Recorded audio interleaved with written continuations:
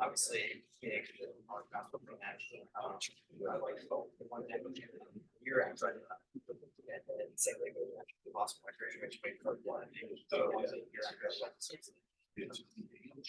but I was still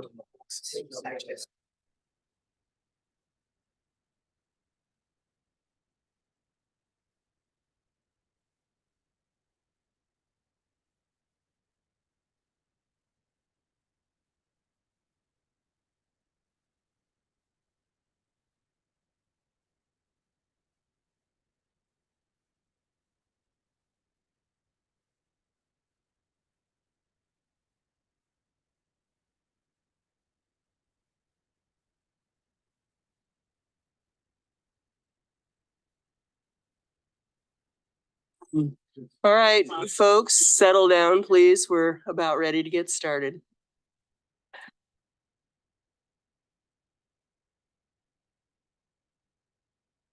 Okay, it is Thursday, February 8th, 2024, and this meeting of the MAPC Advanced Plans Committee is called to order.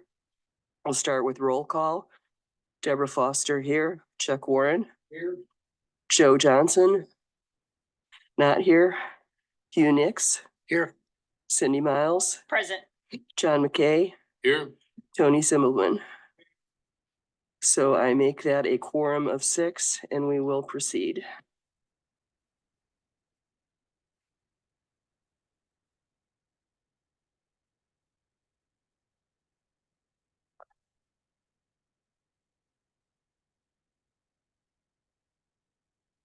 Sorry, I'm having trouble getting myself organized today. The first item on the agenda is to approve the previous meeting summary from January 25th, 2024. Has everybody had a chance to review it? Did anybody see any problems or corrections needed? In that case, can I have a motion?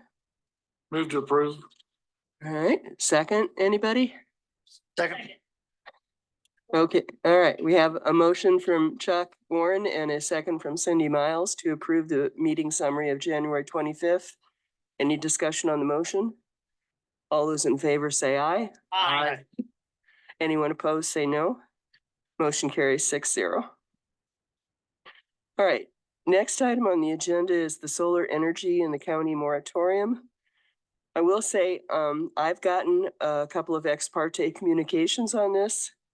couple of emails. I think their content was pretty much the same sort of public comment we've received throughout the process, but I will not let that ex parte communication influence my vote. Has anybody else received any ex parte communications? I've also received ex parte communications and will keep an open mind. All right, and let's just go down the line. I have as well.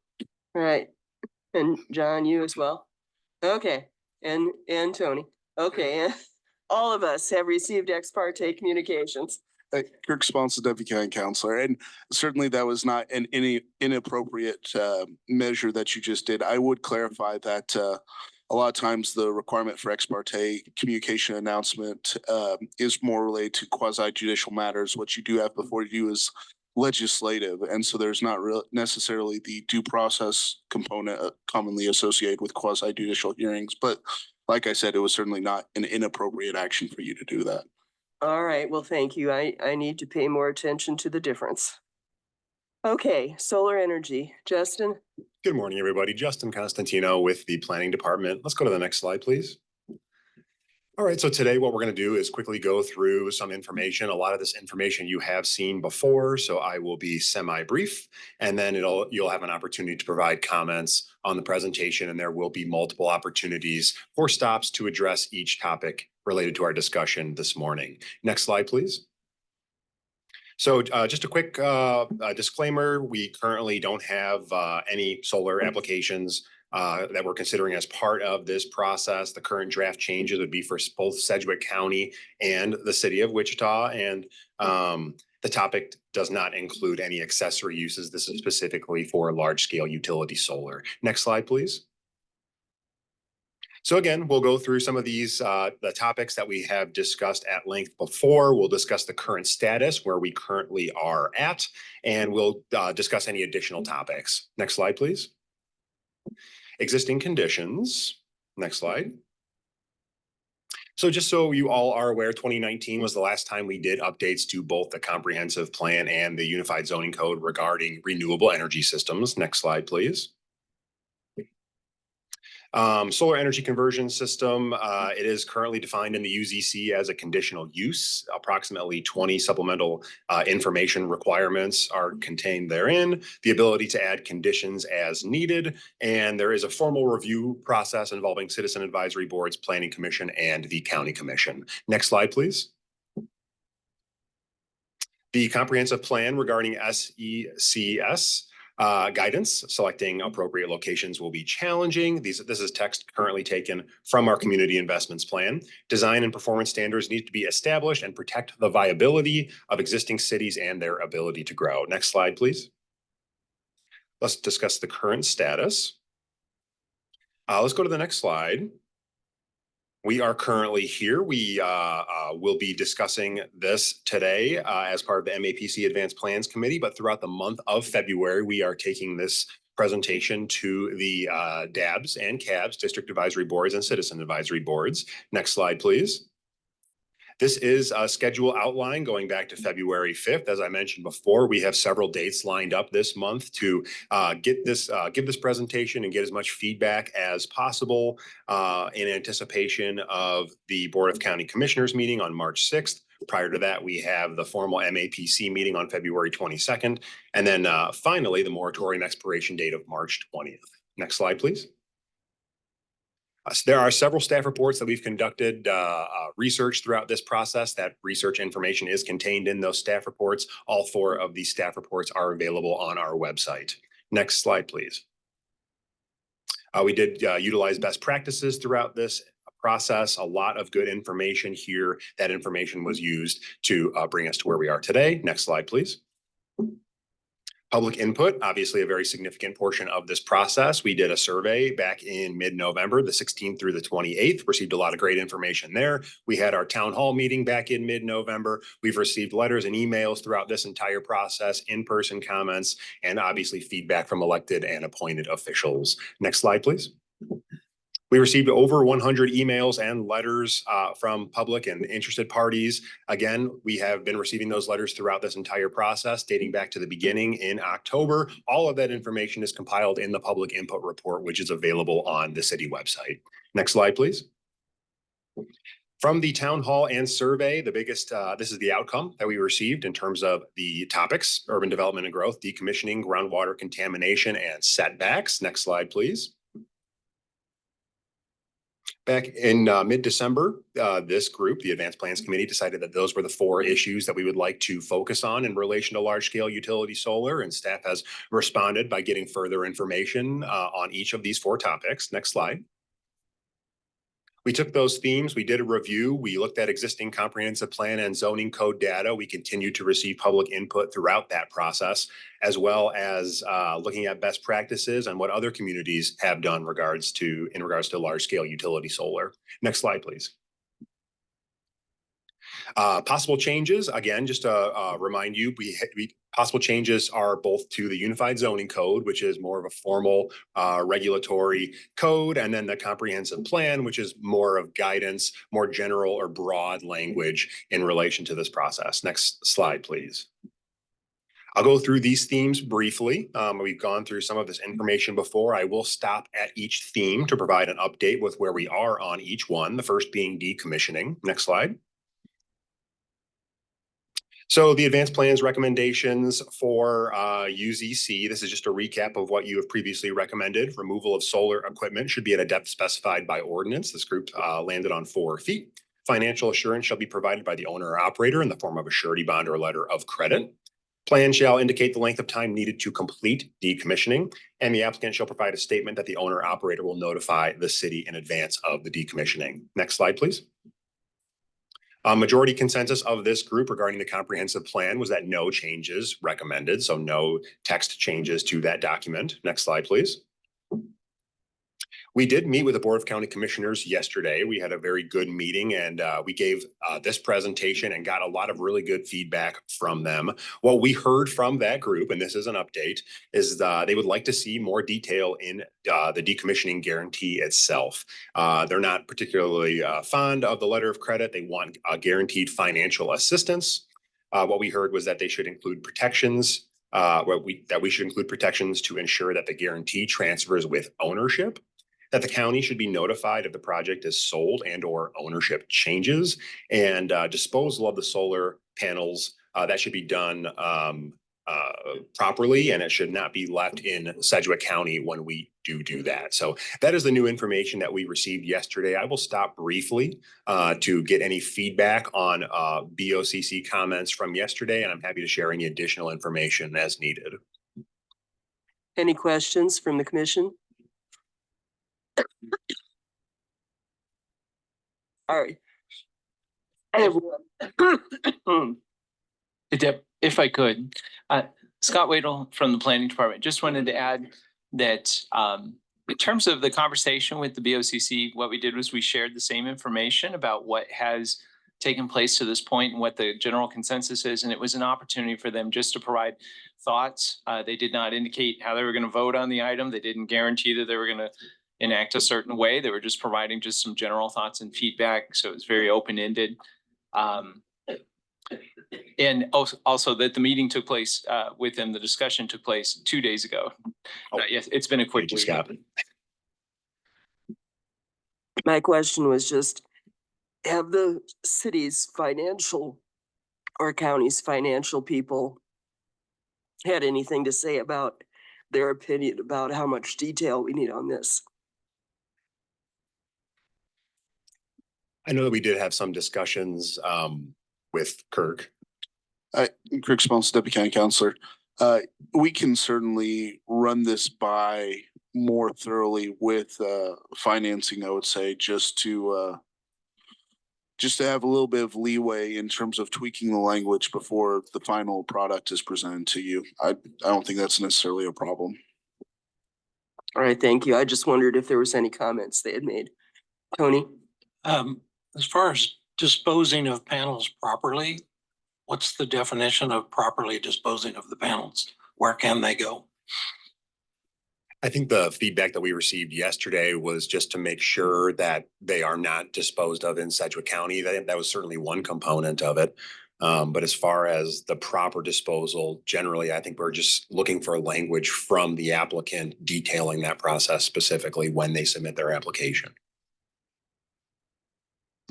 And I would add, from my perspective, from being there during the conversation, was that I think there was an emphasis, because this came up during decommissioning, there was an emphasis on concerns about the panels being left in place or just simply just taken down and then just kind of left. And so I think the conversation, I think the feedback we got was just emphasizing the need to make sure that these are addressed in an appropriate fashion so that they don't become a nuisance or an issue in the future. I would also defer to Susan Erlewine, who's in the audience, to see if she had any thoughts that she'd like to provide on it.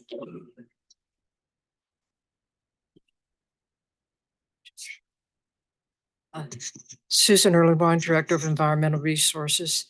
Solar panels can go to municipal solid waste landfills.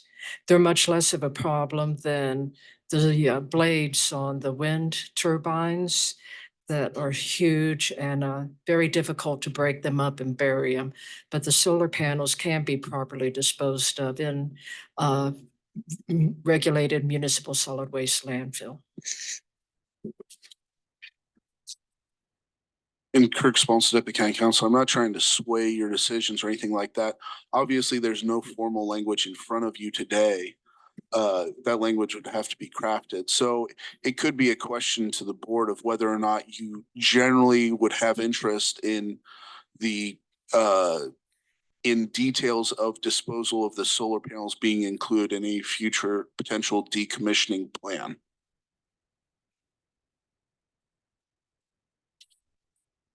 All right, does that answer the question? All right. Well, if we say they can't be left in Sedgwick County, what if all the other counties say you can't bring them here either? I mean, there's got to be an answer to that. I guess from my perspective, I think there was a statement about that they shouldn't be left in Sedgwick County, but then I think the conversation after that added more perspective in terms of really the concern being about proper disposal and just the fact that these would be decommissioned properly and that the solar panels themselves would be addressed properly. So I guess the question for you all, if this is kind of some insights and some feedback from that conversation with the BOCC, I think the question for you all is it appropriate and should there be language in the Unified Zoning Code or in the comprehensive plan that somehow addresses this detail? Can I ask, well, go ahead, Cindy.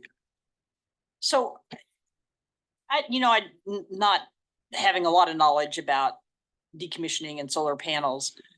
Is this something that can be recycled and reused someplace else, or once it's decommissioned, the solar panels just can no longer be used? Or Yeah, I would turn to Susan. I don't know if you've got any insights you'd like to share on it or not, or.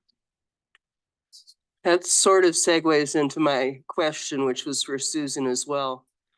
I mean, there must be other situations where the definition of properly might change over time.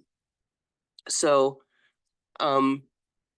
is this something that, as part of your job to define what properly is, would change over time as well? I'm sure that portions of the solar panels can be recycled. When the individual solar cells die out over time, they can be replaced in the unit that's there and prolong the life. So it depends on what the company wants to do.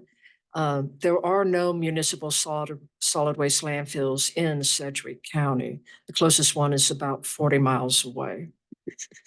What I would also add is that it would be possible, maybe one way to address it that still provides the flexibility for future technology advances and yet would still address the concern of kind of the decommissioning and what gets left over would be, and I think Kirk kind of brought this up, which is that in the existing solar regulations, the applicant is required to come up with a decommissioning plan. And one way to address that would be to insert a statement or some quick text to indicate that as part of that decommissioning plan, they should include and address how the solar panels themselves will be taken care of during the project and after the project. So I guess it would be important for me to know, if they, after the decommissioning process, how soon do they need to leave the county? I mean, can they be stored in the county for a period of time to be reused at another facility, or do they need to immediately leave the county? Or I guess I need some clarification around that. At this time, there's nothing that requires that they would be taken out of the county.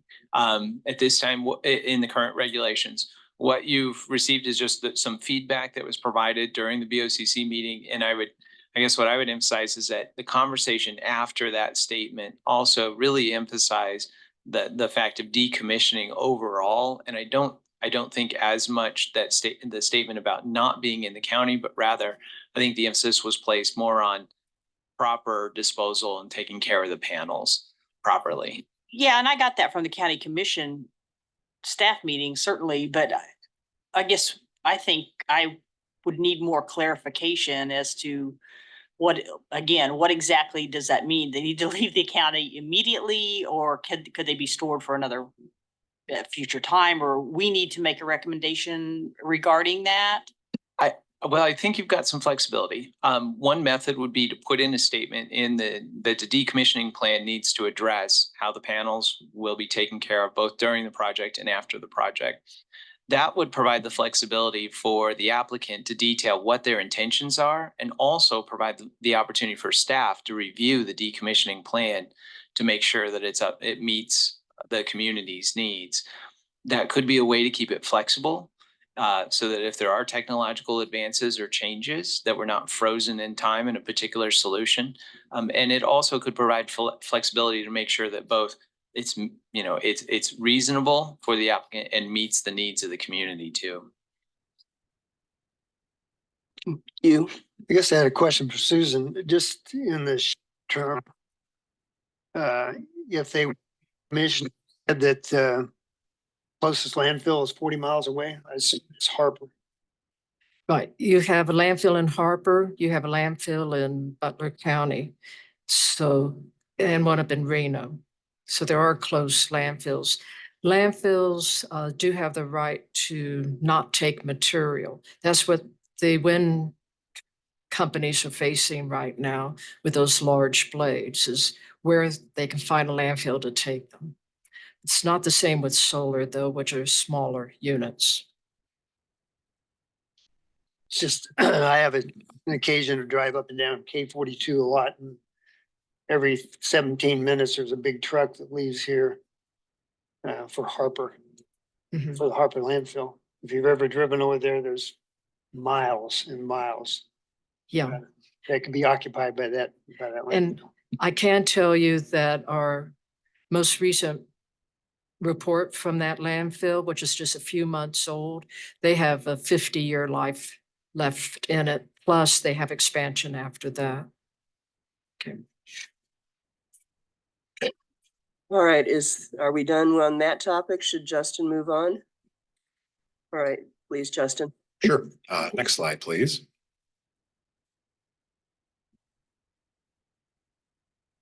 I'll just a few remaining comments regarding that. They wanted to obviously make sure that the property owners are protected, especially if the company goes out of business. There were general concerns about environmental impact, as well as a hard date for when the decommissioning will stop. So those were a couple additional topics regarding decommissioning. Any further comments on these, or are we comfortable moving on with the next slide? So will these ideas be incorporated before it goes to MAPC? Is that the intent, or? That is, I suppose, the question that we would ask just on these three additional items as well. Obviously, the first two are a bit broader in context, but one of the desires from the BOCC was the need for a hard date when the decommissioning will start. The current language, I think, requests that we receive that plan 6 months in advance of the decommissioning. And I would imagine it would have detail in there as to when the decommissioning will start. But I think what they were looking for specifically was, should the applicant provide a hard date within that decommissioning plan? And is there any practical way to deal with if the company that starts out with the solar farm ends up selling it to some other business entity halfway through, I mean, that second business entity assumes all the contractual requirements of the first, does it not? Yeah, I think that was a concern that came up as well, was making sure that the property owner was protected if companies change or things of that nature. They want to make sure that it's a seamless transition. So that was a concern from the BOCC as well. I guess the question is whether or not we want to add specific language in there. I know that they were looking for financial assurance as part of that. I don't think they think that the existing language was strong enough potentially. Yeah, Scott, are you nodding just in general, or did you want to say something? No. Okay. I do think if we can add language that's a little more rigorous about what happens if the company, I don't know, somehow the transfer of responsibilities has to occur if the commercial solar project is sold, that would be good. The sort of generic first bullet point about property owners, I'm not quite sure what we can write that would do that perfectly. Yeah, I think it was just a general concern. Some of these topics are obviously more direct in terms of what I think they want to see in terms of actual language in the code. Others were just trying to convey the tone of the meeting if you were unable to attend. The decommissioning date, I'm a little reluctant to set a hard date because I just feel like it depends.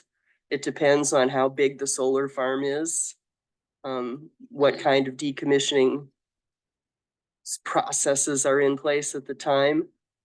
Do we want to give an end limit of time? And if so, how much? 6 months, a year? What? I would think each application would stand on its own. And the Because none of them are gonna decommissioning be the same. plan has to be approved, right? So would the decommissioning plan that is approved have a hard date in it? Or could it be required to have a hard date in it? I would say yes, it could if you wanted it to. It's a matter of, but if you want to have that, then I think it would need to indicate that that would need to be one of the elements of the decommissioning and reclamation plan that they would submit. Yeah, and that's my question to the board or to the committee. If not required, recommended, could we recommend that it be submitted within a certain period of time prior to decommissioning? And so at least they have some guidelines to potentially follow. And the expectation is, 3 months before they want to decommission, they're not expecting to come in here and have that decommissioning plan approved in 3 months' time, which I think could be very unlikely. And what I would add, since that was phrased as a question, so it currently, as it states, says the applicant shall provide a site and facility reclamation and decommissioning plan, which indicates the planned life of the SECS and the means by which the facility and its site will be decommissioned and reclaimed at the end of the facility's life. Said reclamation and decommissioning plan shall certify that any owner of land within the SECS and its site who is not the applicant has been consulted in the development of that plan. If the permit is granted, the plan shall be updated every 5 years until site reclamation and decommissioning is complete.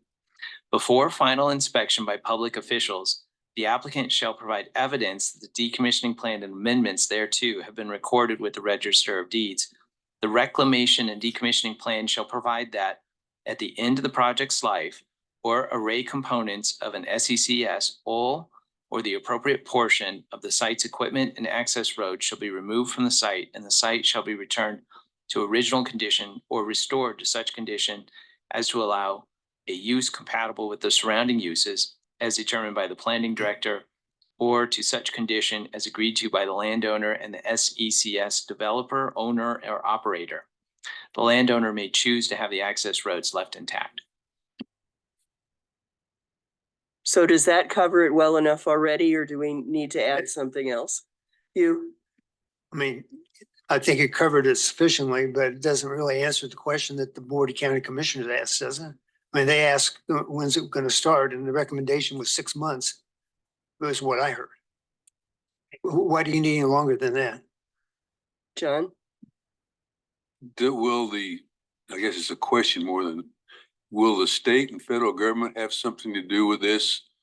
Not necessarily now, but in the future because of if these continue to grow, because they're doing everything else environmentally wise. I'll tell you that we have seen state legislatures get involved in the process of regulating solar in other states. So it's entirely possible. But at this point, I think that the challenge and the question to you is what are the appropriate regulations for Sedgwick County and for Wichita? So the question is, do we want to put in a hard time limit? And if so, approximately what? If I could, you also have the option of putting in a recommended, or you also have the option of indicating that the plan should have a start date indicated in the plan. And so then it can become something that is negotiated or figured out as when the applicant submits it. That Scott, in, sorry. Some of this might be answered with language that's already been drafted. It's been discussed. It's on page 4 of the handout that I hope everyone has. And it actually speaks to, well, number 3 is a statement or proposed agreement that the appropriate governing body would notify on or about 6 months prior to, at the commencement of, and at the completion of the SCCS reclamation and decommissioning plan. That whole section, subsection V, pretty much talks more in detail about the reclamation and decommissioning plan.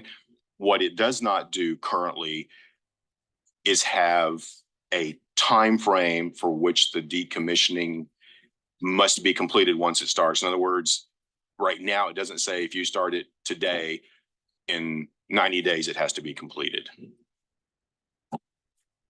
you, That's not reasonable. I mean, depends on how big it is. Right, I mean, exactly. That was just an example. You know what I'm Yeah, saying? sure. I think 6 months notification is fine. I mean, the Board of County Commissioners is looking for a date, just give them a date. If we don't give them one, they're gonna make it up themselves anyway. I'm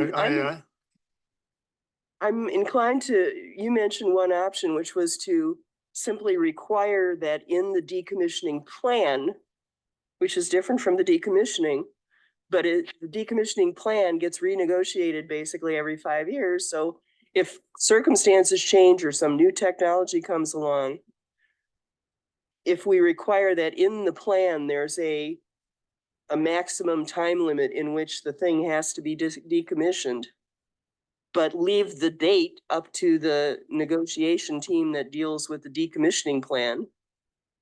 That way, it can be customized to the size and scale of a particular project. It can be adjusted every 5 years when decommissioning plan gets renegotiated.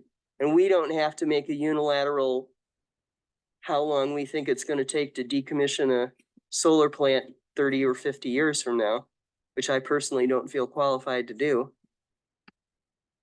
Will any of these answers or questions we're answering here satisfy the CC? I don't know that I can answer that question. Your best guess. I think Sure. what it does is it shows that you've received feedback about some concerns about the timing of when decommissioning is going to start, when it's going to end. And I think that this deliberation, and if you would choose to include, mention of a requirement of a maximum time limit to decommission the project, I think that shows that you're considering those comments and trying to address those. And I think independently, really the question for you is this, you get this comment, but is the comment, does that, do you agree that is something that's lacking? And then B, if it needs to be changed, how should it be changed? And so I think from the dialogue so far, it sounds like, yes, that probably would be a good idea is kind of the general consensus I think I'm hearing. And then B, that there's a method to address that by including this as a requirement of the decommissioning plan that gets drafted. And Kirk Sponstead, County Councilor, I'll follow up with what Scott's saying about certainly you've received input from the community, from staff, things of that nature. And some of the information touched upon today is input that has been commented at a staff meeting. With that said, ultimately, the determination here at Advanced Plans is ultimately your deliberation. It's up to you how much weight you want to give the comments that were made by BOCC at the staff meeting. I would comment that they didn't take any formal action. Nothing was binding. It was just, there were some arguments and interests expressed at the staff meeting. Ultimately, the deliberations before you had advanced plans, and then also at the MAPC level, are certainly up to you with what you think are the best practices and the best regulations to implement into any potential changes. To me, that means if they have good ideas, we can steal them, but we're not required to do everything they mentioned at the meeting. Okay, Justin, are we ready to move on? Sure. Next slide, please. So moving on to our second topic, groundwater and contamination. Next slide. So the advanced plans recommendations for the unified zoning code, this is a recap of our prior meeting, require pre-construction, periodic and post-construction, construction, soil and groundwater testing within 90 days of substantial removal of any portion of the system. A zoning application to include the list of construction materials to be reviewed by the Director of Sedgwick County Environmental Resources and HHW for recommendation to the Board of County Commissioners. Next slide. No changes recommended was the majority consensus from this group to the comprehensive plan. Next slide, please. And from our BOCC meeting 2 days ago, they want to ensure appropriate ground cover to prevent erosion. And there was some concern about contamination, galvanized steel. That was really, I think, can you go to the next slide, please, type in? I don't think there was anything else on groundwater. No, can you go back, please? Thank you. These were the two items that really kind of came up during discussion at the meeting on the 6th, was to ensure appropriate ground cover to prevent erosion. I know that we've addressed this topic a bit briefly in the past, but is there any comments from this group regarding the BOCC comments from the 6th? Any questions from the committee on this or comments? No, I think this is pretty straightforward. Okay, perfect. I'll go on to the next topic, which is urban development and growth. Next slide, please. This is the urban growth area map 2035. Next slide, please. What that map depicts is the anticipated long-term growth patterns for the cities of Sedgwick County. These areas are not prescriptive or binding in nature, but serve as a reasonable indication as to where the future efficient and fiscally responsible extension of public infrastructure, services, and corporate limits could occur by 2035. Next slide, please. This is the urban area of influence map. This is from our zoning code, very similar. Next slide, please. Urban areas of influence process. We've talked about this a little bit in the past, but this is the process that would, if we were to receive an application, what it would look like. A small city planning commission would receive notification from the MAPD that a proposed project is located in their area of influence. The city, the smaller city, has the option to consider the item. They are not required to do so. Their city planning commission formally must review the case and provide a recommendation to the MAPC. The MAPC would hear that case with that small city planning commission recommendation. If the Board of County Commissioners, when the Board of County Commissioners hears the case, if the small city recommendation is denial, it would require a supermajority. 4 or 5 votes from the BOCC would be required for approval. So again, just to kind of reiterate the process of what it would look like should we receive a large-scale utility solar application. Again, throughout that process, we would be hopefully receiving consistent feedback from the cities regarding in the form of letters, resolution, or verbal testimony. So that's just kind of a quick recap of what an application process would look like in the urban areas of influence.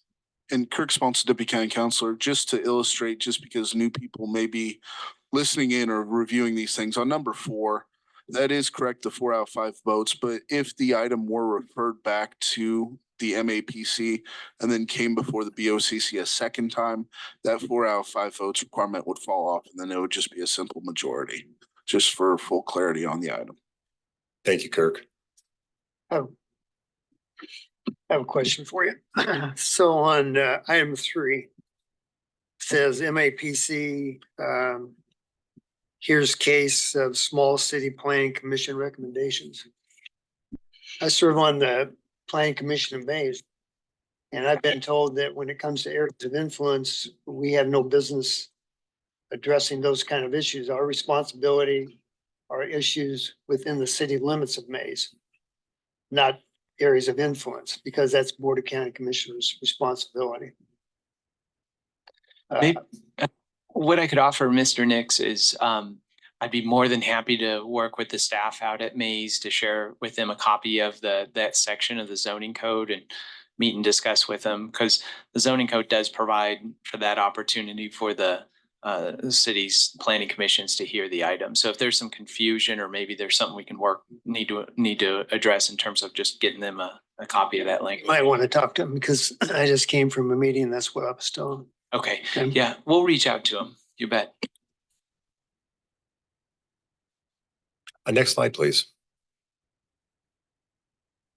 This is the urban development and growth area map. This map came from Invenergy. There was some discussion regarding the survey and the public feedback regarding potential ban of large scale utility solar from a 3-mile radius outside of those urban development and growth areas. That's what this map depicts. Pink would be the ban, white would be where large scale utility solar is allowed. Next slide, please. At one of our meetings back in December, we had a committee member bring up potentially banning large-scale utility solar 1 mile outside of the urban area of influence. That's what this map depicts here. Again, it's very similar in concept. Pink would be where solar is banned. White would be where solar is allowed. Next slide, please. As far as urban development and growth, this committee, majority consensus was no changes recommended. Next slide, please. Your reasoning, the contributing factors would be that you all were pretty comfortable with the existing process. The conditional use process currently provides the flexibility that a city could indicate whether or not large scale utility solar would be a good fit for their community, as I demonstrated in that process just a few slides ago. Plenty of opportunities throughout the application process for cities to provide input. Next slide, please. Comprehensive plan, majority consensus, no changes recommended regarding urban development and growth. Next slide. Our discussion at the BOCC meeting 2 days ago, they discussed wanting specific rules in the UZC stating where solar is allowed. So less complex, more rigid, as this group is a bit more comfortable with that conditional use process. I think they wanted some more specific language. They are not in favor, or the part of what we received from them was that they're not in favor of solar in urban growth areas. However, they were also not in favor of a 1 or 3 mile solar ban. They did have a desire for applicants to understand and respect that area of influence. And they did state that they believe that solar provides economic opportunity for property owners. There was some discussion about accessory and principal uses and how it applies to UZC requirements. And there was some discussion about the UZC definition of solar energy conversion systems and encouragement to have the MAPC Advanced Plans Committee review it to ensure that it meets community needs. So I will stop there. A lot of good feedback from them at their meeting. Is there any comment regarding urban development and growth and how it relates to large scale utility solar? Any comments from the committee members? Mr. excuse me, Warren? Because the recommendation of in effect, the system, both the maps that show a 1 mile zone and the 3 mile zone, we just go back to the cities can maintain sphere of influence. So Yeah. we're not adding to or detracting from. Yes, sir. So where we believe that we've heard consensus from the advanced plans group is that there would be no ban on solar implemented, and that it would be simply a regular kind of the process that any zoning case would go through. That if it's in an urban area of influence, it would be referred to their planning commission for comment, and if it's not, then it would go through the MAPC and BOCC process. Is everybody clear on that? I'm not. It's basically we're not changing anything. We're not banning solar 3 miles out or 1 mile out, or even within the urban growth area of small cities. But instead, the process that exists would kick in if there was a project in an urban growth area, solar project. The city's planning commission would have an opportunity to weigh in on it. That recommendation would come to us, and then we would have to, and depending on what we did, that recommendation could change the requirement for how much of a majority the BOCC would need to approve something. Does that, I'm not sure I'm making it as clear as I might, but does that clarify? No. Scott, you That want to was give it a good. shot? I'm a little slow, so you gotta bear with me here. You're doing just great. It's, so there's been, number one, we talked about the existing process. So Justin, can you, or Ty Ben, can you go to the slide of the urban areas of influence? The map. I'm sorry, the map. Yes, that'd be great.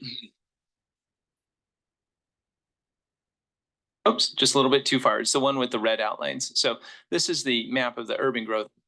Here's the map that shows the urban areas of influence. And there's essentially the same thing. There's some differences when you get to Viola and Eastboro and City of Wichita. But so for the areas in red, if the current unified zoning code reads that if there is a case, a zoning case, conditional use, a zone change that occurs within one of those red boxes, that then there's a formal process where the planning department would reach out to that community and notify them that their planning commission has the opportunity to hear that case. And if they elect to hear that case, then what would happen is we would present it. Their planning commission, if they vote to recommend denial or approval, then their recommendation comes back to the MAPC for you all to have that as additional input while you're determining the case at the MAPC level. Now, then it would go to the BOCC, may go to a CAB, depending on which district it's in, Community Advisory Board for the county. But ultimately, it goes to the BOCC. If it goes to the BOCC and the community with the urban area of influence has recommended denial of the zone change conditional use, then it requires a supermajority of the BOCC in order to approve it. So they would have to have 4 out of 5 votes. And if we go to the next slide, please type in, that process is outlined in text. Oops, too far. One back, there we go. So here it is in text, just a quick summary. Again, we can point you to the part in the zoning code where it's located. So the question for you all at Advanced Plans has been, okay, so this is a process that's currently in place. Do you want to modify it for do you want to implement a ban or require a ban on solar energy conversion systems within a certain area or geography? And 2 ideas that have kind of come out and been explored has been, what about a 3 or a 5 mile distance within the limits of the city limits, or how about a 1 mile distance measuring from the urban growth areas? And so those are 2 of the maps that you see illustrated. The consensus after discussion and deliberation that we've heard from Advanced Plans so far has been no change to the way that the zoning cases or conditional uses are processed regarding solar. Again, we're strictly focusing on solar. And you, at least for me, it was you who changed my mind on this, because you made the case for small cities and local landowners to have the authority to at least decide for themselves whether they wanted a solar project or not. And I was convinced by what you said. So is this okay with you?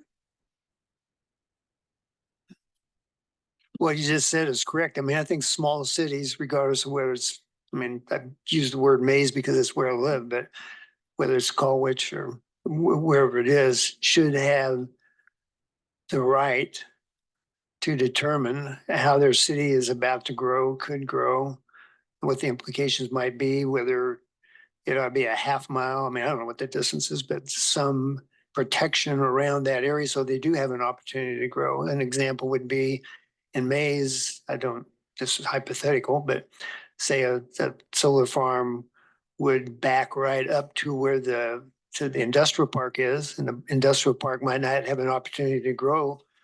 That thing didn't exist 20 years ago, and now I don't know how many people it employs, but a lot of people. And there's ground that's been purchased for industrial development to expand that industrial park. I don't think they should be hemmed in, closed in, that there should be some latitude to be able to grow. And I think it ought to be their responsibility. I don't know what the law says, but it ought to be their responsibility to determine how they continue to have an opportunity to grow.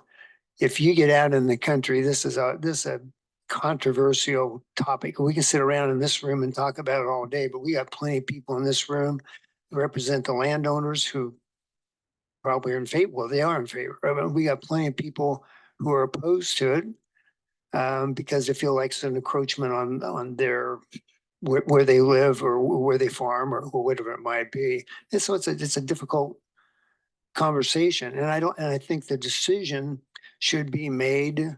The people who live in Colwich, the people who live in Mays, the people who live, I mean, it's our decision. We should fight it out amongst ourselves. We shouldn't be dictated by Sedgwick County as to how that land is going to be developed. It's our responsibility, and we'll fight it out and we'll live with it forever. That's just the way it's going to work. So that's what I think. Okay, thank you to you. Anybody else, Chuck?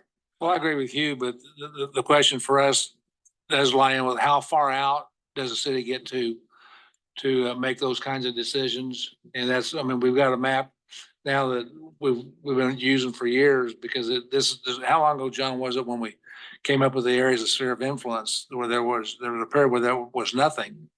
And we came up with a map that says anything within this red zone, the cities have the right, because that does affect them in the near future. I mean, near future being 20, 25 years.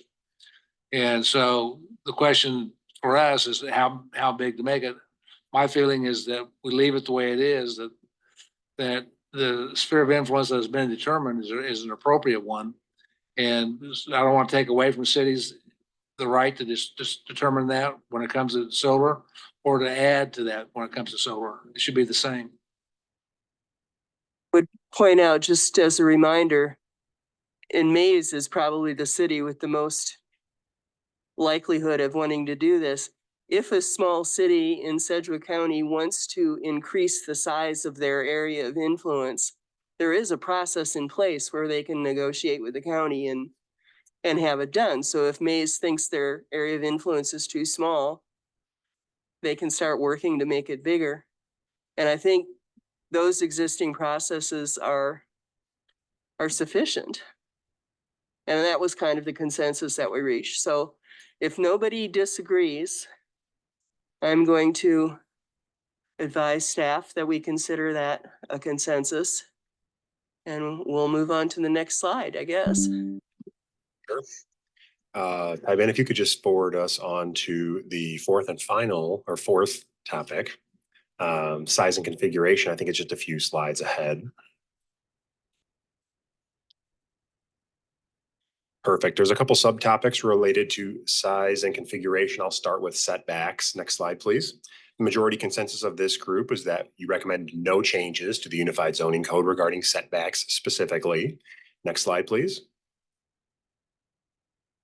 Same goes, your reasoning for that was that any additional conditions regarding setbacks may be imposed on a case-by-case basis while utilizing the existing conditional use process. Next slide. Comprehensive plan, majority consensus, no recommended language changes to the comprehensive plan regarding setbacks. Next slide, please. Discussion at the BOCC meeting regarding setbacks. There was some general discussion that the current 40-foot setback requirement is not sufficient. There was concern about setback distance from residential properties. They were concerned about setback distance between residential properties and battery storage. There were general discussions regarding right-of-way and section line roads, as well as general questions regarding federal and state properties and setbacks. There was also general discussion about the applicability of the UZC to federal and state properties. So that was the gist of the conversation that we had at the BOCC meeting 2 days ago. I'll pause there for any feedback on setbacks specifically. Any comments from anyone on setbacks? All right, I think that was pretty straightforward. So yeah, let's call that consensus. Okay, next slide, please. Size limit, size and configuration, next slide. Majority consensus from this group, no changes. Next slide, please. The contributing factors for that was that additional conditions may be imposed on a case-by-case basis using the existing conditional use process. Next slide, please. Again, no changes recommended from this group to the comprehensive plan. Next slide. The Board of County Commissioners members, they did have some general concern about spacing between projects. An example of that would be requiring a 2-mile space between projects. There were general concerns about wildlife corridors. Thoughts expressed that anything over one section, so that would be 640 acres, is probably excessive.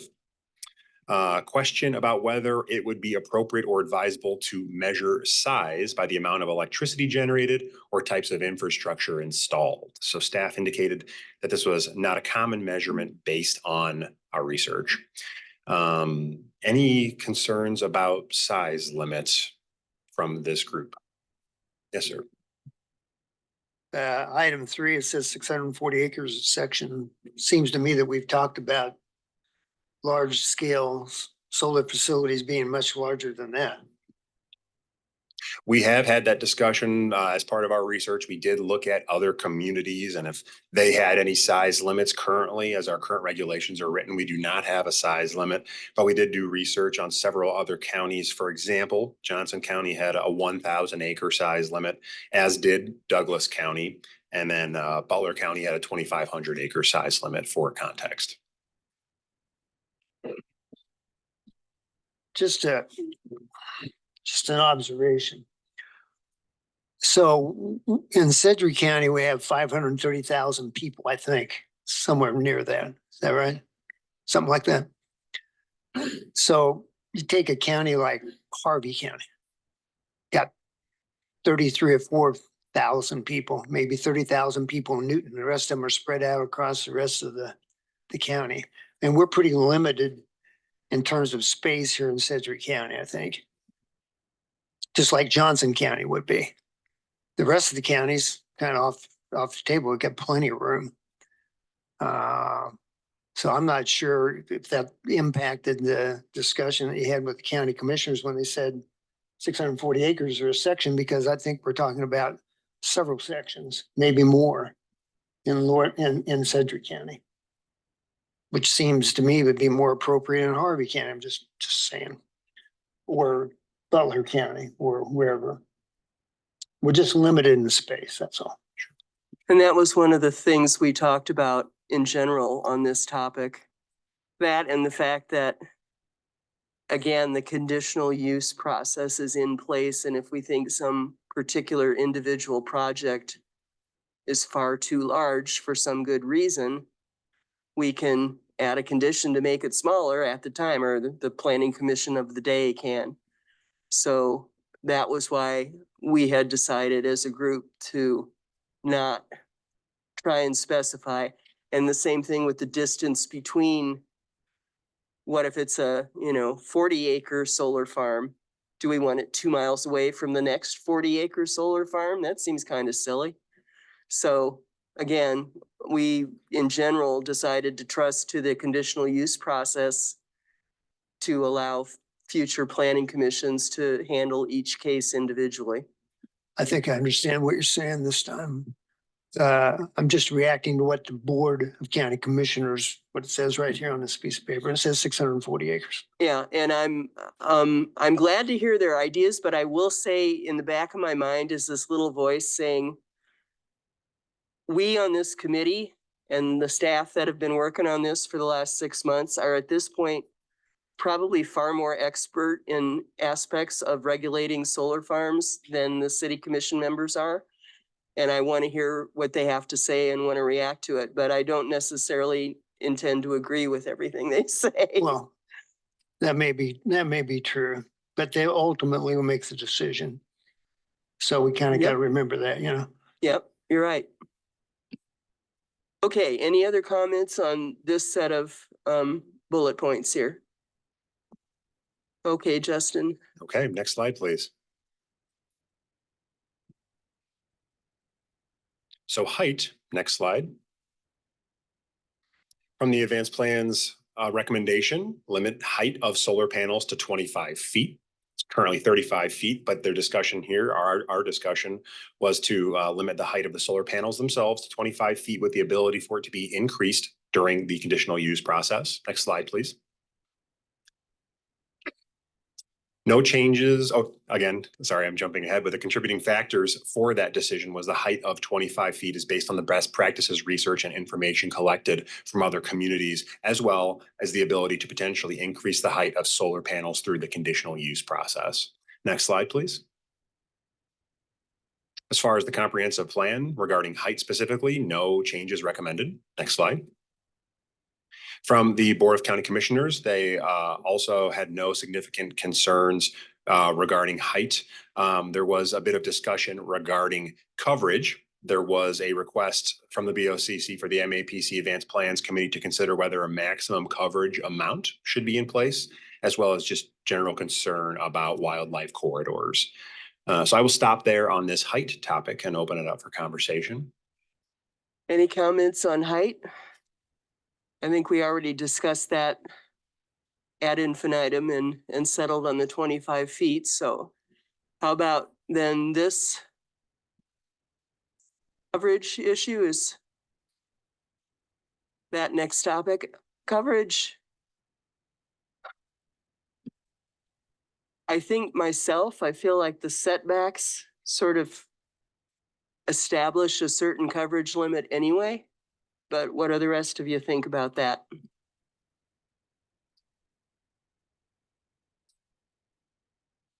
Are we talking about going to the 640 acres? No, we're talking about for any given size solar farm, what percentage of the land can actually be covered in solar panels?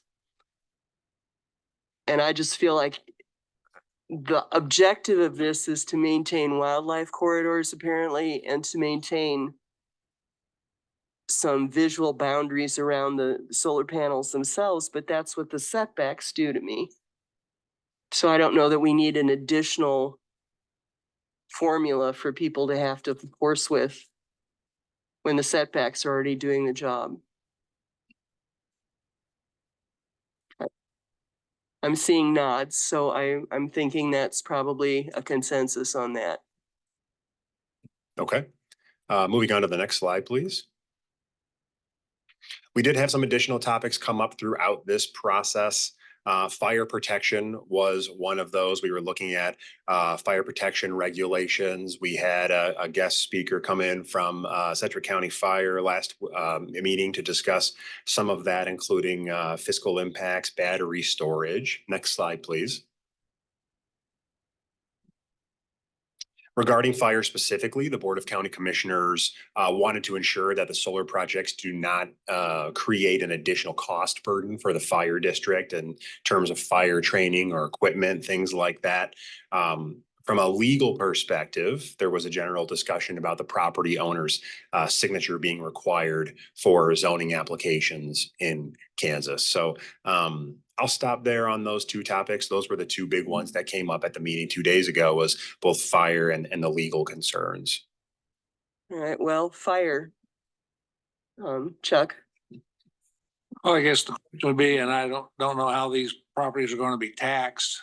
We're talking about a net number of increase cost to the county. I mean, if we bring in a sufficient amount of tax funds income, that should pay for the training. So.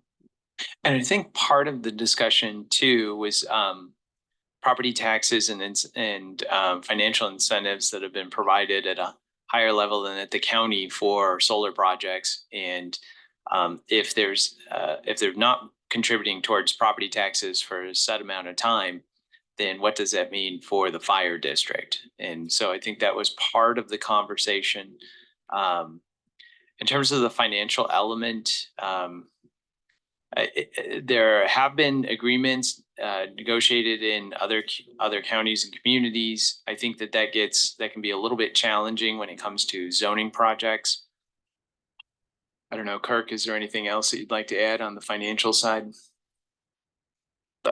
I apologize. Could you restate the question? Sure.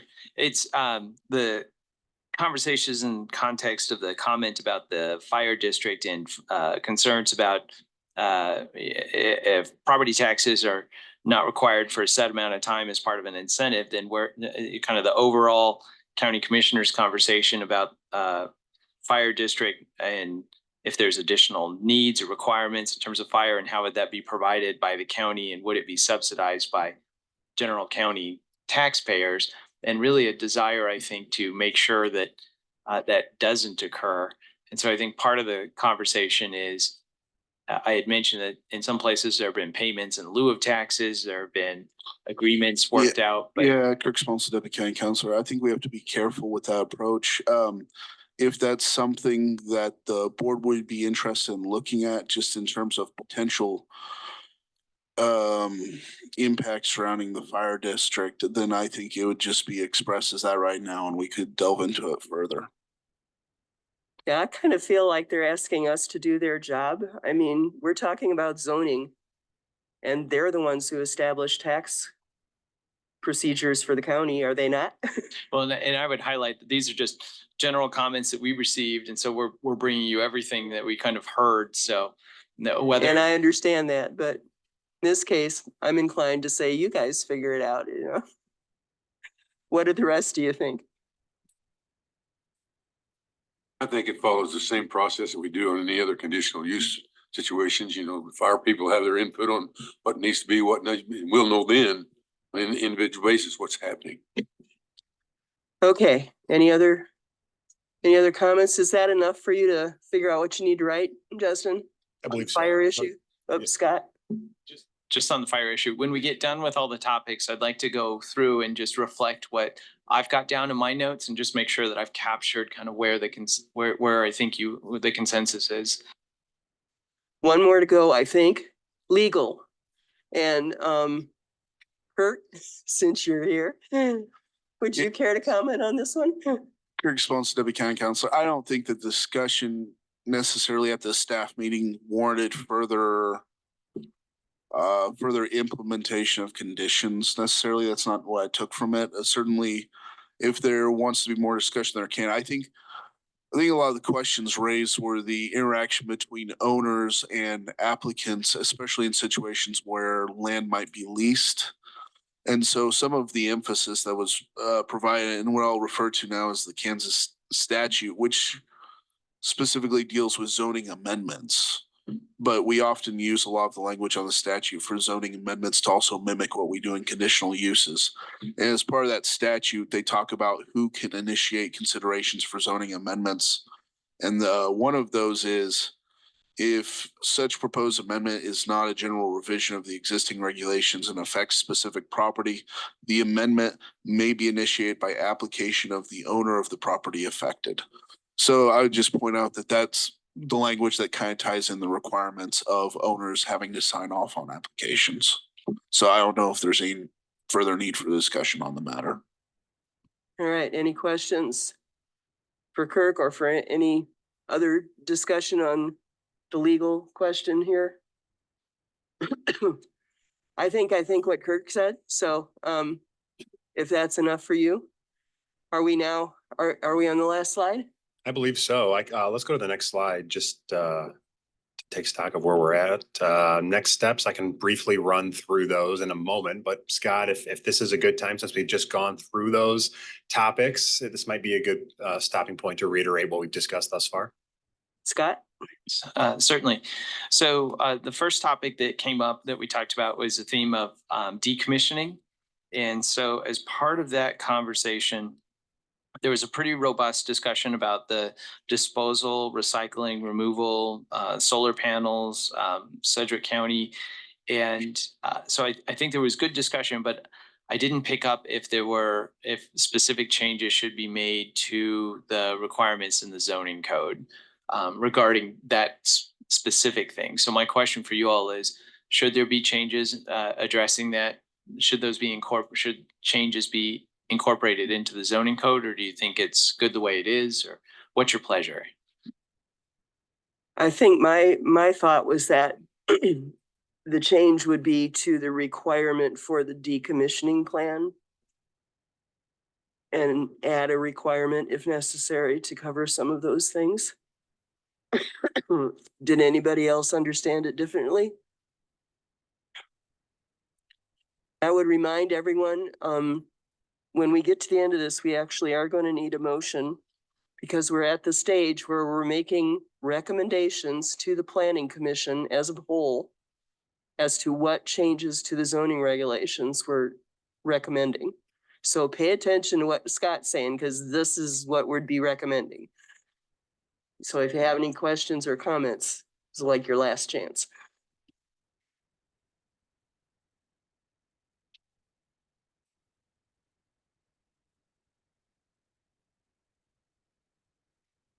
Were there any thoughts specifically on decommissioning?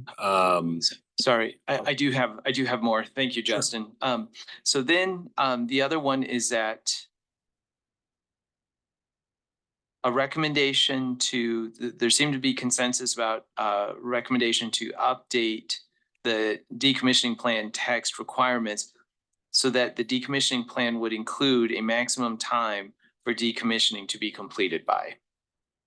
That was my understanding, yes. And then another action item related to this was for staff to work to get verification and input from finance and I guess just finance department and in general, those who are knowledgeable about it, to ensure that our language is as tight as possible when it comes to the financial guarantees for the decommissioning portion. So no specific recommendations for changes, but just want to follow in line with the best practices and input we receive from them. Yep. Can I ask you? Chair? Thank you. So on the maximum time, are you wanting to specify a maximum time from start to finish, or just? I'm trying to follow. I'm a little confused. We already have language that seems to encapsulate this. No, So I wanna make I think our request was that in the decommissioning plan, a maximum time be included as a. So for instance, because each project is going to have a different size, it'll have a different scope. So that the decommissioning plan that's submitted by the applicant would indicate the maximum amount of time for the decommissioning to take place in a period of 6 months, whether it's 6 months, 12 months. So if they specify a start date and they specify an end date in that plan, that would be that time. I think the intent could be better. Maybe another option would be to say what the duration or period that instead of just, because they're going to have, as part of the plan, I think they would have to include when their end date is going to be for the project. But then I think there could be a mechanism in the plan to specify how long the decommissioning itself will take place, not necessarily a specific date of when that will be done, but rather what the duration of time. So if the 6 months passes by and that's the time period that they put in there, then they've exceeded it. Does that make sense? I suppose so. Well, keep asking questions. I mean, I want to make sure that everyone's on the same page and that we're doing the intent correctly. Okay, I mean, I can add some language that does that. I guess I'm failing to see if we have a defined start date for decom and a defined end date when the plan and the process will be finished. That is the duration. So Accomplish the same thing. okay, I just want to make sure I was clear on that. Thank you. But if you're gonna do that, you've got to have some exemption factor put in it due to weather, due to whatever might happen. just to say, well, you can start on January of this year and you got to be done by December of this year. And you have weather conditions, you know, is being in the contracting business in the past, when they put a time limit on you, then they penalize you financially if you don't do it without any consideration of the fact of the weather or other factors that may. If you're going to put a time limit on it, you need to put some reasons why they could be exempt if necessary.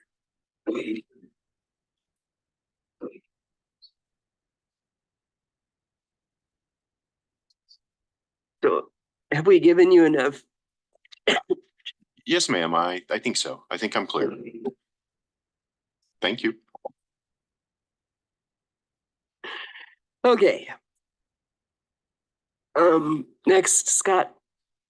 Yes, and then an action item for staff here are to reach out to the city of Mays and their staff and to talk through the urban areas of influence. So got that as a note.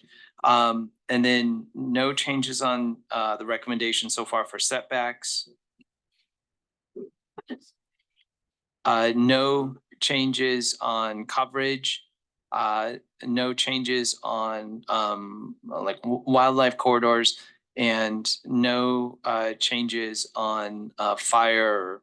So those were the changes that I got then were really ones that focused on the decommissioning plan. And that was, again, the things that we talked about, which is how the panels will be addressed, timing, and then the financial element, and then followed up with May. So the 4 things I got. Okay, does that sound right to everybody? I think so too. Okay, next steps, Justin. Okay, let's go to the next slide, please. Just to recap where we currently are, we will be giving this presentation and going through, that's okay, Tybin, you can go to the next slide, please. We'll go through and be giving this presentation throughout the month of February. Today's meeting, we will be moving forward with potential recommendations to the full MAPC on February 22nd. March 6th will be the date that the Board of County Commissioners will review this item, with the March 20th being the moratorium expiration date. So just wanted to recap this schedule. It is subject to change, but we're feeling pretty good about it right now in terms of our scheduling. Next slide, please. I think that's it on this particular topic. Before we move on, is there a desire to either vote on the particular language that's in front of you or have further discussion?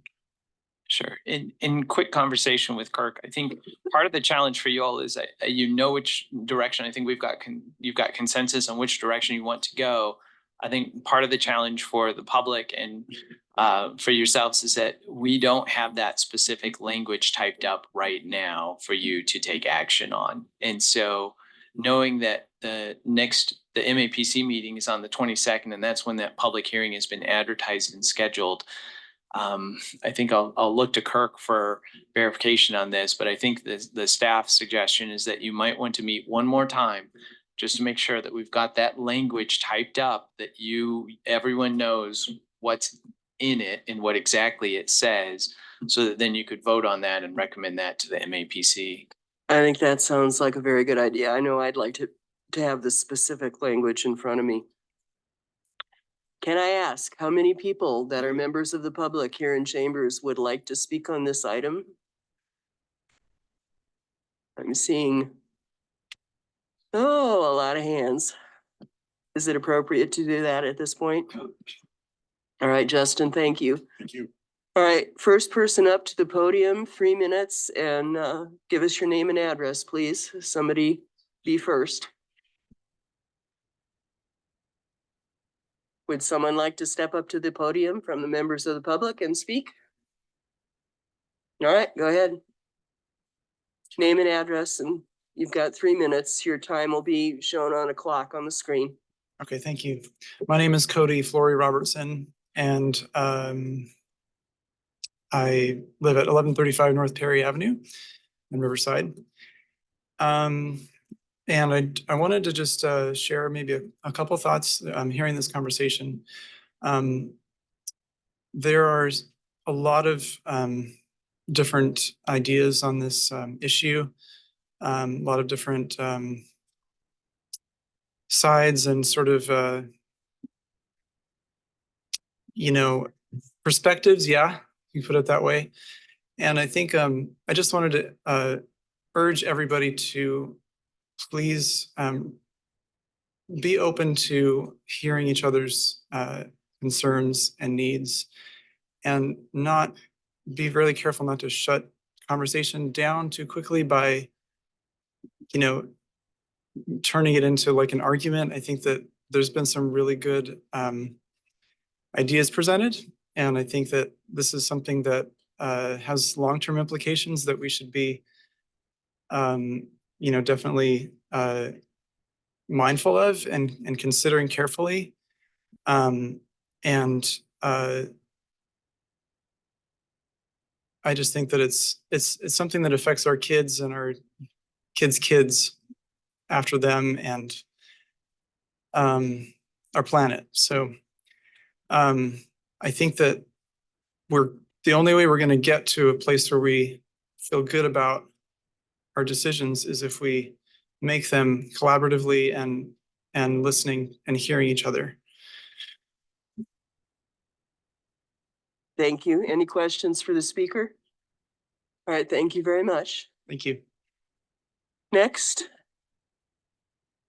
Would like to, anyone from the public would like to speak? Name and address, 3 minutes, Yeah, please. we'll keep this moving along. So I'm Alan Claus Anderson, the Vice Chair of the Energy Practice Group at Pulse Snelling in Kansas City office, live in Lawrence, and also a professor at the University of Kansas. I do want to commend this process, and I have long held out the original ordinances as some of the best. I've given them to people looking into this issue as examples, and I think we should kind of realize that. Now, going through this process again, I think it's been good. I think you've had a lot of good input. I think staff, legal have done a good job of bringing other examples. So I don't think we want to lose sight.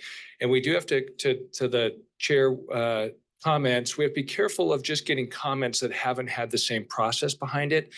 The technical terms, sometimes they'll be referred to as uninformed brainstorms, and we have to be careful of those.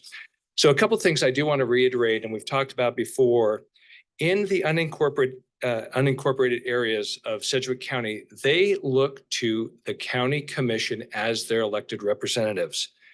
And this body then serves the two bodies, the city and the county, but the people that live out in the unincorporated areas are looking to their elected officials.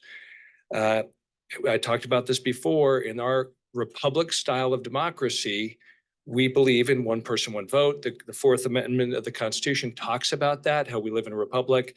The 14th Amendment talks about due process. And the way we do that is we have the right, one person gets to vote for their representative. If they don't like it, they get a chance to do something about that at the ballot box. The concept that was sometimes discussed, and it seems to have kind of a little bit of a zombie element and coming back up, is the idea that we would abdicate, the county commission would abdicate the responsibility to their citizens to bodies of which they have no vote. And I think that is really bad policy and has to be cautioned against. Because in that case, they have no vote in those places. And the people in the city do not have any obligation to the people in the county. Their obligation is to their representatives. So that's why we don't want to abdicate that. Moreover, cities have another mechanism, and this was kind of somewhat alluded to. If they want to go get into that area of influence, and by the way, it's called area of influence, not area of control. But if they want to do that, they can either annex that area and go through the process to do that, or they can actually purchase the property. The idea of just choking out the property rights of people in that area and not compensating them is not part of the process. That's where the county can take in the area of influences, their input, and use that as part of the process. But those cities have something they could do about it. If they think they want the land, this was referenced earlier, they can go buy it or they can annex it. And I will say that doing it through a simple ban and not letting the cities that want to participate in the area of influence is actually even worse, because it blindly takes away those cities' right to participate, blindly takes away the ability for those schools in that area to offer up their potential benefits. And so that would possibly even be a worse scenario. Thanks. Thank you very much. Any questions for the speaker? All right, Kirk next. Sponsel once Whoop. again. Kirk Sponsel, Deputy County Councilor. Once again, just because the comments were made concerning legal analysis and legal theory, I would iterate, I reserve the right to advise you in private and provide guidance in public. At this point in time, I do feel comfortable with how you are proceeding with any considerations that have been made concerning this. And certainly I would clarify that there is a difference between county regulations allowing or denying certain uses close to cities versus actually ceding or abdicating authority to cities. There's nothing that's been presented that is abdicating authority to cities outside of their city limits that's been presented. So I do feel comfortable with current analysis and discussion. Thank you, Kurt. Any questions on that? All right, is there someone else, member of the public here, who would like to speak on this item? Please come up, name and address, 3 minutes. Thank you. My name is Mitch Lucas. I'm from Denver, Colorado. I'm a project developer with Invenergy. We do energy development across the state of Kansas. I've been up here a few times over the past couple of months speaking to the committee, but I haven't really given much of my background. So I'm from not from Kansas, but I'm from back east, and but I'm from a rural county that where I grew up reminds me a lot of some of the places that I get to visit here in Sedgwick County. And where I'm from, I think Sedgwick County is very fortunate. Where I'm from, we weren't seeing the kind of proposals and economic opportunity and development coming to where I'm from as Sedgwick County is, which is to say that I think my favorite part of my job is that I get to help bring, tremendous investment to rural communities like the area that I'm from. And just to build on that, even on the smaller end of utility scale solar projects in Kansas have the potential to bring, double-digit millions of dollars of public revenue via contribution payments and property taxes to the communities that host them. And even these smaller utility scale projects represent hundreds of millions of dollars of capital investment in communities. So, I mean, just without getting into specifics, just looking at the project that Invenergy is working on in Sedgwick County, this is a project that we've been working on for over 5 years now. And we've invested millions of dollars in this project. Our project, which is on the smaller end of projects that are being considered in Kansas, would generate double-digit millions of dollars in public revenue, benefiting school districts. Our project would actually benefit 2 different school districts, as well as other public services. And our project would represent over $200 million of capital investment in Sedgwick County. But I just wanted to note that the project we're working on, and I think the committee is on a great path in this regard, but our project overlaps an area of influence. So a ban on solar in areas of influence would eliminate our project and wipe away millions of dollars that have already been invested, but also the potential for the community to receive really, really significant public revenue. And I just wanted to note that, I was looking through, looks like I'm running out of time, but I was looking through the committee's public input report, and I noticed there was a letter from a city council member over in Garden Plain. And I think it's just important to note that there are cities in Sedgwick County, there's 20 of them, and I think that some of those are excited about the possibility of what utility scale solar could bring to their community. So I think the committee is on a great path with leveraging the existing conditional use permit process to consider these solar projects on a case-by-case basis. But I appreciate your time. I know there were a number of other questions about, how are solar projects taxed, how are panels disposed. I'd be happy to take any questions the committee has on those items. Any questions for the speaker? Thank you very much. You're welcome. Thank you. Anyone else, member of the public, would like to speak? Hold your hand up. Yep. All right. 3 minutes. Start with your name and address, please. Okay, my name is Walt Chappell. I live in Wichita, and I'm here with you guys again. You received some information I want to hold up. It has a lot to do with what's going on today in this conversation. The first is best practices. We have a lot of discussion about, well, what are other communities doing? This is the one page out of the thick book that you got about a month ago. that shows that almost every other place where they have solar, utility scale, there's no limits on the acreage. There's no limits on urban areas of influence. Why? Because this is a major asset. People are excited about having utility scale solar nearby so they can connect to a substation. Now, in the county itself, we have about 635,000 acres. There are only 3 substations. Those are the substation connections where these projects will be put to use. They're not all over the county and not all 20 communities that would be qualified to put in a solar system. So in terms of percentages, we're talking about 0.001% of the land in Sedgwick County is all that would be used by utility scale solar. We're making a big issue of something that's fairly minor. So the area of influence is something else that I'm concerned about. It's not defined that I can tell on anything that has strict criteria or approval process. You just kind of say, well, we'd like to have more land. But I look at Goddard, look at Mays, and I see all this area within the city limits that's not being used. Plenty of room to expand within the city property. But we have people that want to say, well, you shouldn't be in our area of influence. We think that's too much. So the other thing I wanted to bring up is this sheet right here. Kansas is 46th in the nation. We keep shooting ourselves in the foot. We have billions of dollars being invested in solar right now, nationwide and in Kansas. But if we make some of these restrictions so severe, Sedgwick County is going to lose out on the opportunity. We're not going to have solar in our backyard. That could eliminate the need for McConnell Air Force Base to have solar there. The international airport we have here.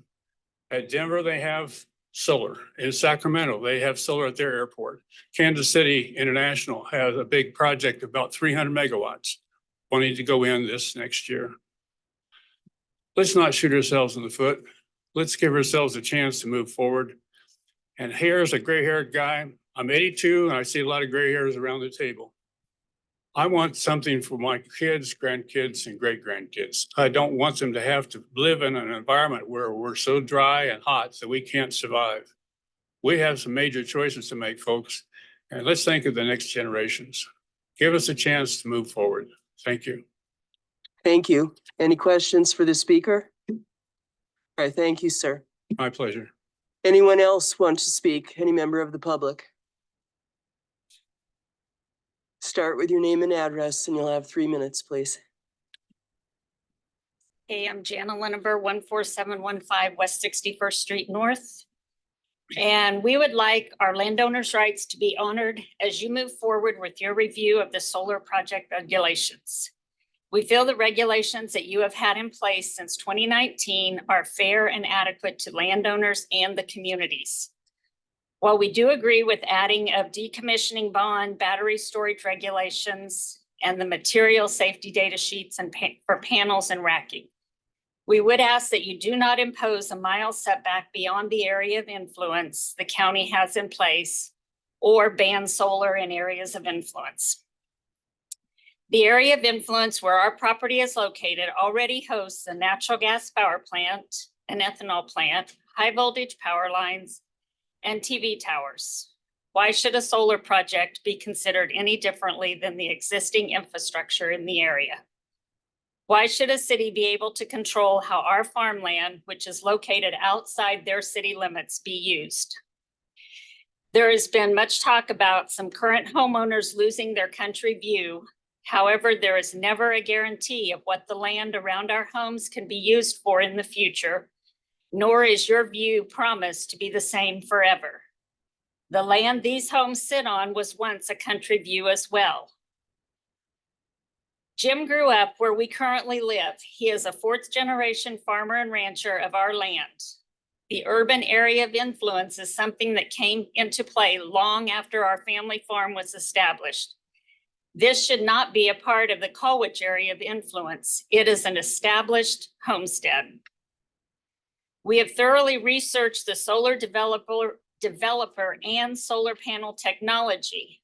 There's no danger to humans or wildlife, no groundwater contamination to the aquifer, and no sterilization to the ground. We would not support a project that could pose danger to our family, neighbors, or anyone else. We strongly feel that with the time and money and resources that Invenergy and participating landowners have invested to date, the project should be able to submit an application under existing regulations and be judged on its own merits. Thank you. Thank you. Any questions for the speaker? Kirk All right. Sponsel, Deputy County Councilor. I believe I've said this at almost every meeting as well, but because it has been brought up multiple times today with discussions of potential projects in specific locations. Once again, this is a legislative action. You are looking at consideration of regulations for commercial solar as a whole for the entirety of the county, not one specific example or location. As such, I would recommend you view these potential regulations through such lens of applied to the county as a whole. Thank you. Thank you, Kurt. Name and address, please, in 3 minutes. Alvin Neville, Colwich. Our family is one of the participants in the proposed project. I know council said what they've said, but you got to admit, this project is what spurred this on between Colwich and Mays. And I'm going to be harping on the property owner rights. For the cities, I want you to put yourselves in us as property owners out there's position. If you own the ground, pay taxes on it, and you have a city that wants to have our property in an area of influence, one city has hardly grown in my lifetime and won't, has some of our property in that influence area. Another one is rapidly growing. Are we supposed to allow them to control what is done with our ground? I mean, Mr. Nix, you've got ground in Mays. If you have ground where we have it and we have the opportunity to profit from it now versus waiting 10 years, what would you think if a city said, you can't do anything about it because it's in our influence, we're going to control you? And that is what is being done. If we have ground next to an industrial park and we want it to be solar versus industrial park, is that not our right? If we want to take a piece of ground and plot it off in 40-acre parcels and give it to our kids, and the city comes back and says, no, you can't do that because we think it's going to be industrial down the road. We're not being compensated for your thoughts for what you want to do in the future. We're losing out and we have no control of our property at all. And that is what I don't think is right in the cities being allowed to dictate that far out of their city limits what can be done with our property.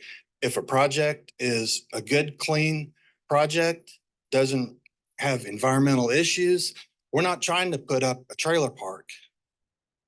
It's a solar farm that will not cause any extra traffic, pollution, noise, or anything.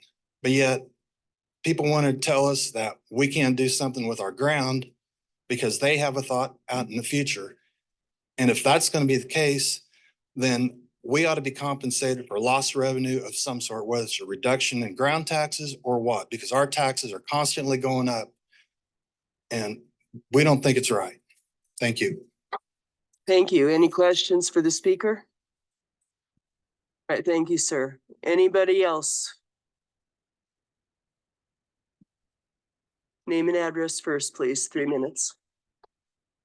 Andrew Albert, 3155 North 135th Street West. So I appreciate you guys taking the time to do this. Like, that's amazing that you guys spend your time doing this all the time.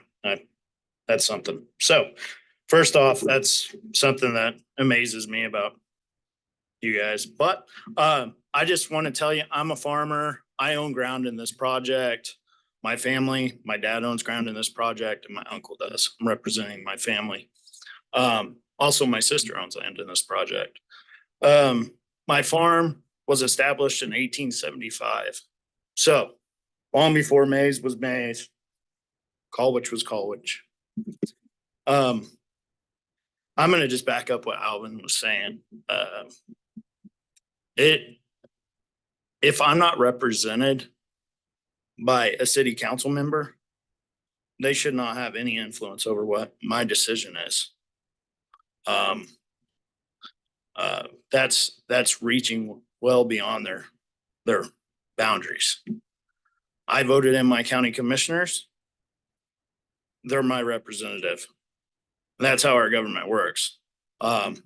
Just like when the city of Wichita came in and bought ground to put up a water treatment facility. I didn't like it, but I didn't own that land. So guess what? I didn't have a right to it. They got to do what they purchased and they bought it.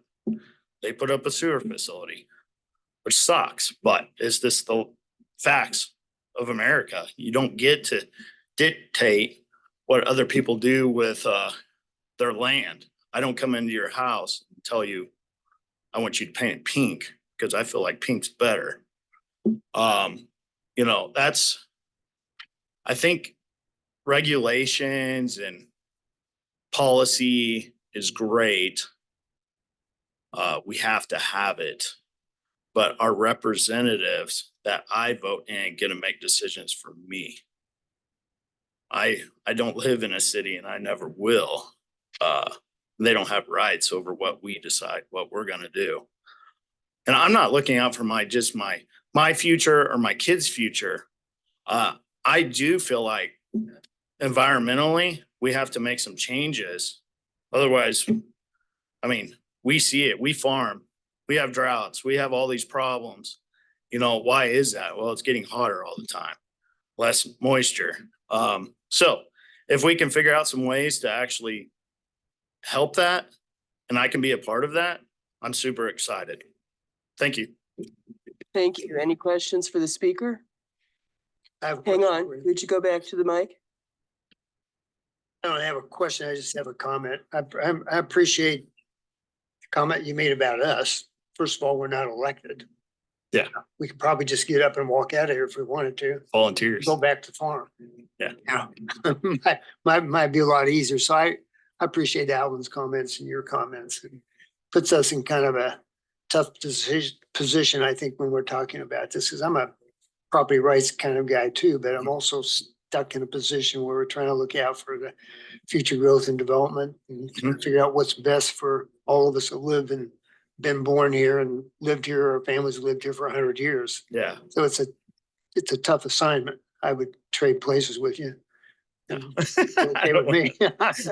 I was gonna suggest that you might want to in future consider volunteering as a planning commissioner, So anyway. When I retire. So yeah, you see all the gray hair. So anyway, I appreciate your comments and what you're going through in a kind of tough position that we're all caught in here. Yeah. So thanks. Thank you. Appreciate that. Okay, anyone else would like to speak on this item? Come up to the podium, please. Name and address, 3 minutes. Good morning. My name is Tim Mullen, and I'm going to go back to the legislative part of our discussions, Counselor. In my opinion, I think we do need to have a more defined definition of what small scale and large scale is. The current resolution, I do not believe, does that job. Small scale, which, by the way, I'm in favor of solar. It's just, I think there needs to be some regulations on where and how big.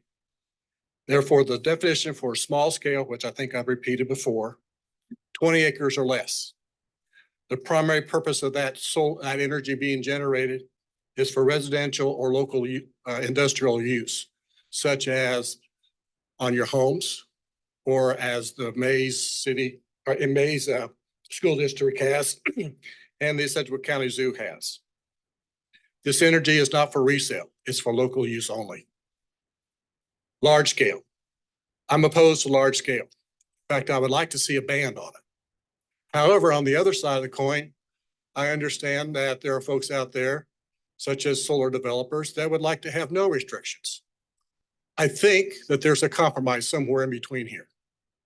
And the compromise that I propose is that there is a ban on large-scale solar developments within the city's areas of influence, plus, and this is where I would call the balancing between ban and no ban of the additional 1 mile beyond their area of influence.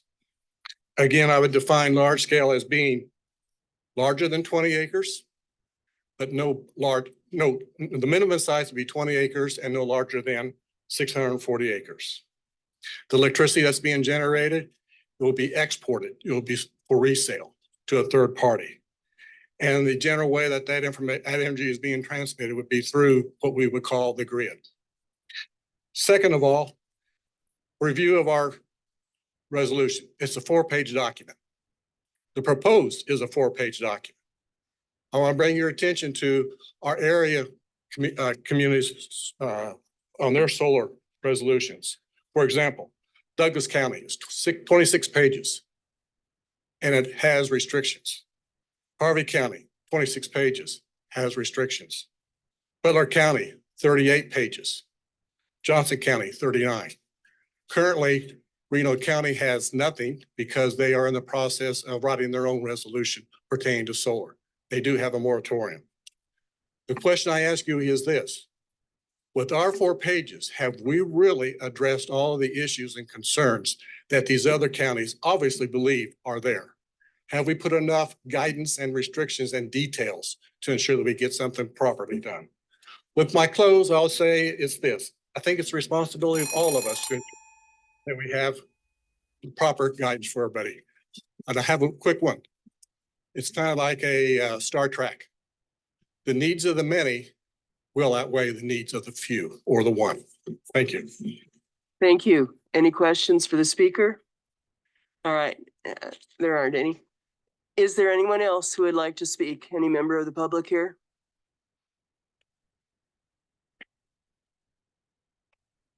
Name and address, 3 minutes. Jim Leneber.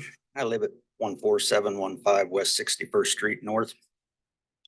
I live on a farm and cattle operation right in the heart of the proposed solar farm. My family farm was established in the late 1800s when my great-grandfather purchased the land. I am the 4th generation to farm this land. My son, who is taking over, will be the 5th. And now the county wants to take my property rights as a landowner away from me. As you sit here today and try to make a decision for the whole county, there's no opposition here from other parts of the county.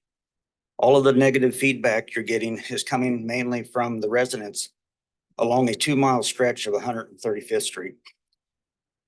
The areas of influence around cities is nothing more than someone sitting in their office thinking that in 10 years, this is where our city will grow.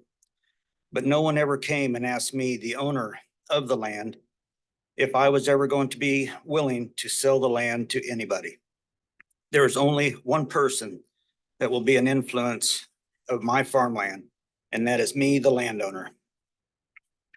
Trying to control land outside of their city limits is an overreach of their authority, and I have no vote in any of the elections in that city, and that is not right. In closing, I hope and pray that you have the common sense not to put a ban on solar farms in areas of influence and respect our property rights. If you don't, it will affect all landowners in Sedgwick County. Thank you. Thank you. Any questions for the speaker? Nope. All right. Anyone else?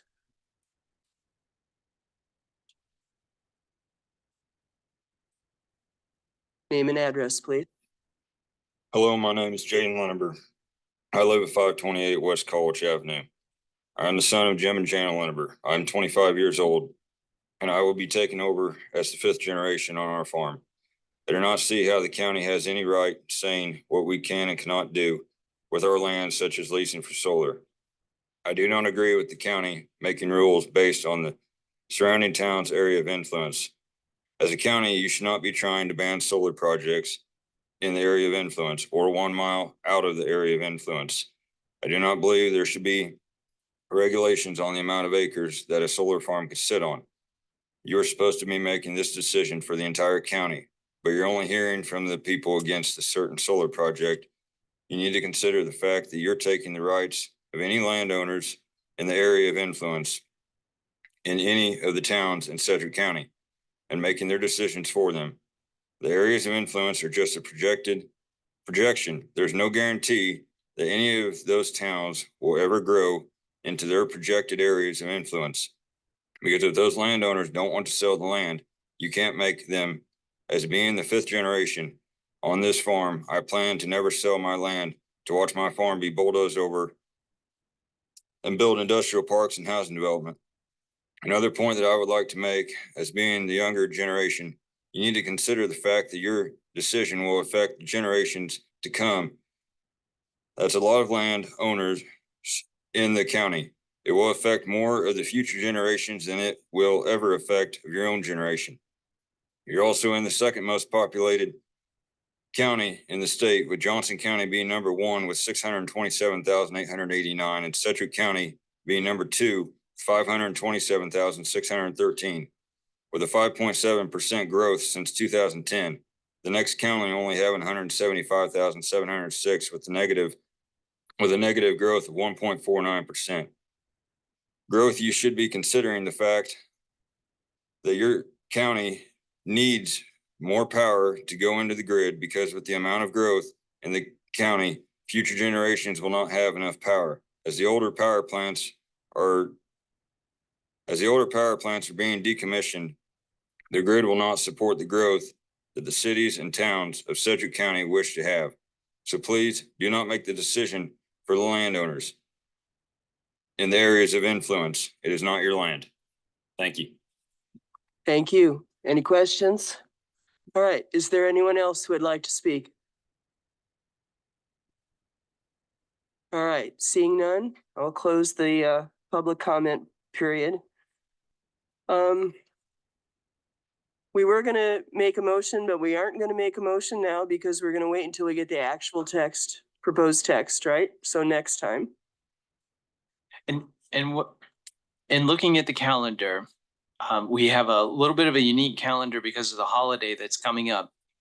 The subdivision committee, which normally meets next week, they will meet next week, but instead of meeting on Thursday, they will meet instead on Wednesday.